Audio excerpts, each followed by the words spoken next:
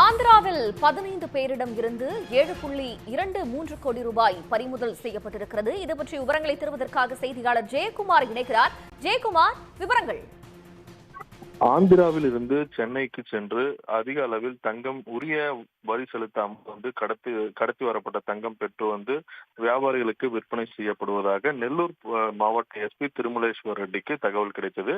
இதன் அடிப்படையில் கூடுதல் எஸ்பி சௌஜன்யா தலைமையில் இன்று அதிகாலை முதல் தொடர்ந்து வாகன சோதனையிலும் பல இடங்களில் சந்தேகப்படும் நபர்களை சோதனையில் செய்யும் பணியில் ஈடுபட்டுள்ளனர். அவ்வாறு நெல்லூர் நகர இன்ஸ்பெக்டர் சீனிவாச ரெட்டி தலைமையில் நெல்லூர் சாபுப்பேட்டை இன்ஸ்பெக்டர் உள்ளிட்ட பலர் போலீசார் ஆத்மகுரு பஸ் ஸ்டாண்ட் அருகே சந்தேகப்படும் வகையில் இருந்த 8 பேரை பிடித்து விசாரணை செய்தனர். அவர்கள் திருப்பதி, காளஹஸ்தி மற்றும் சென்னைக்கு சென்று தங்கம் வாங்கி செல்ல இருப்பதாக தெரிவித்தனர். இதனை அடுத்து அவர்கள் வைத்திருந்த 4,38,50,000 பணத்தை போலீசார் பறிமுதல் செய்தனர்.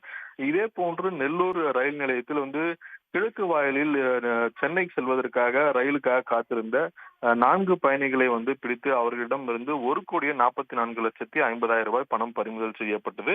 இதே போன்று விஜயவாடாவில் இருந்து புதுச்சேரிக்கு ஸ்ரீ கிருஷ்ணா டிராவல்ஸ் என்னும் தனியார் நிறுவனத்திற்கு சொந்தமான பேருந்தில் வெங்கடாச்சலம் டோல்கேட் அருகே நிறுத்தி சோதனை செய்த போது அதில் 3 பேர் வந்தனர். அவர்களிடம் இருந்து 1,40,50,000 ரூபாய் பணம் பறிமுதல் செய்யப்பட்டது. மொத்தம் 3 வெவ்வேறு இடங்களில் 15 பேரை போலீசார் கைது செய்து 7,23,50,000 ரூபாய் பணத்தை பறிமுதல் செய்தனர். இவர்கள் அனைவரும் தங்கத்தை வாங்குவதற்காக சென்னைக்கு செல்வதாக போலீசார் விசாரணையில் தெரிய வந்துள்ளது. இவர்கள் அனைவரும் காக்கிநாடா, விஜயவாடா மற்றும் ஆந்திராவின் பல்வேறு பகுதிகளில் இருந்து தங்க நகை வியாபாரிகளுக்காக இந்த கடத்தல் தங்கத்தை வாங்குவதற்காக செல்வது முதற்கட்ட விசாரணையில் தெரிய வந்துள்ளது.